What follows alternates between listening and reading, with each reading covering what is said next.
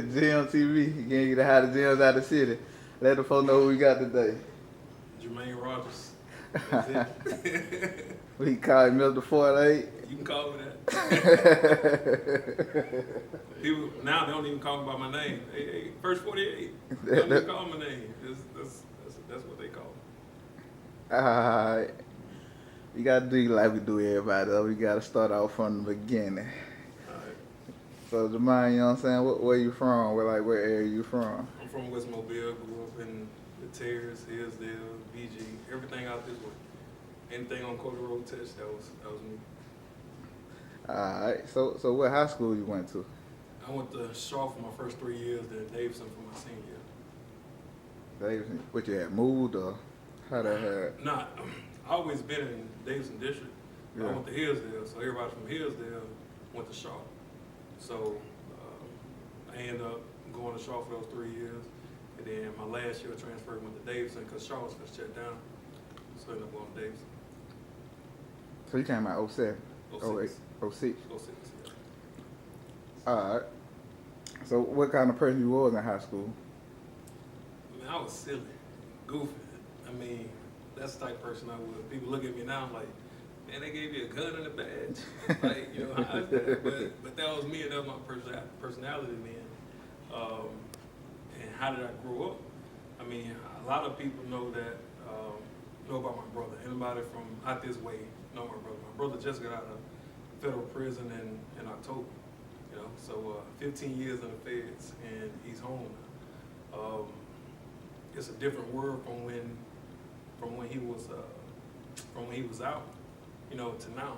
So I'm glad that he's out.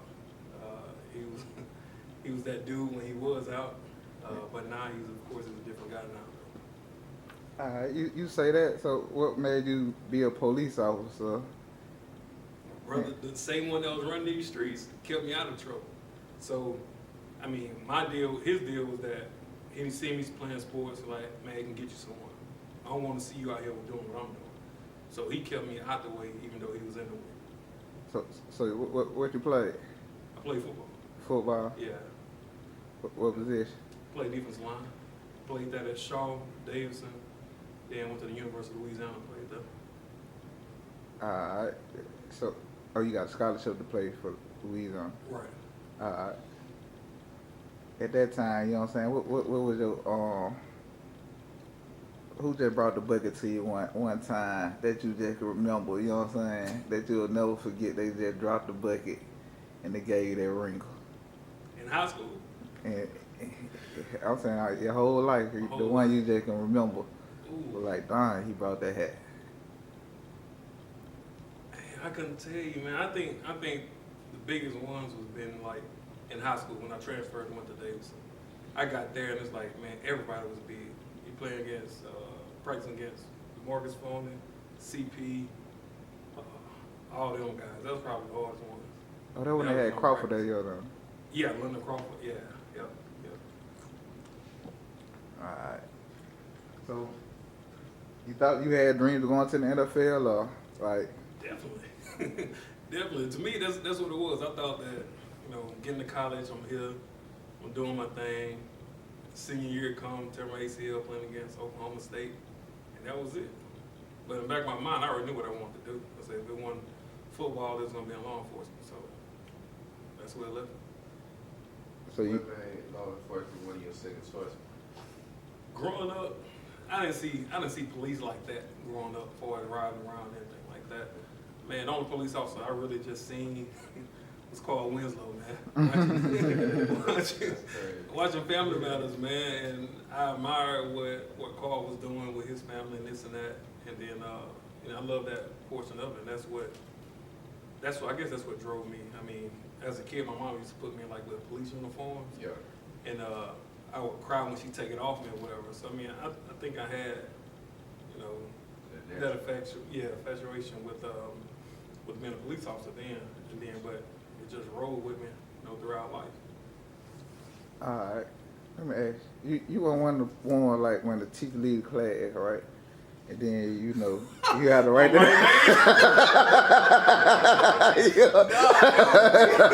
That would be, because the thing about it, man, anybody who know me from Hillsdale to Shaw, I mean, to Davidson, I think I calmed down a lot because, I mean, my grades weren't where it's supposed to be because I was always being silly and all that. Until they told me that, man, it's probably you can't even play football when you get to college. Like, I need to get my stuff right now.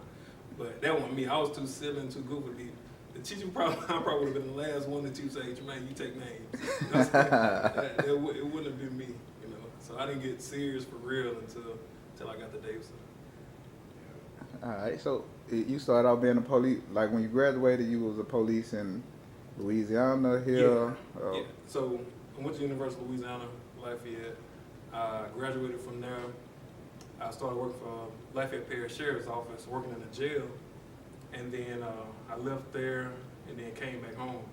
Man, I seen so much in that jail, man. Everybody who's going to Angola and stuff like that, they coming through that jail. And man, when I tell you I seen some things, man. So imagine the difference between jail there and jail in Alabama. Well, I never worked at a jail here. Okay. Now we just going to drop people off and You got it. like, in Louisiana, I was there. Yeah, so they come in, yeah. I'm there. And man, you see so much stuff, man. You see the hood dudes coming out. Yeah. You want some good TV? I was definitely ask you, did you see somebody get hit with the Glock Dookie? So,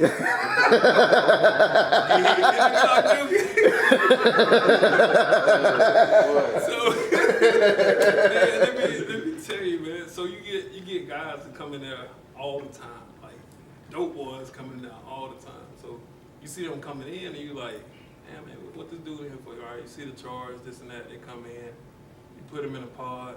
Next thing you know, they jump from cell to cell to another dude. I'm like, man, this ain't right. So I'm peeping and seeing what's going on. You talk to other inmates, they're like, yeah, this dude, and you would have never thought that this dude would be out here doing that. Yeah. You would have never known.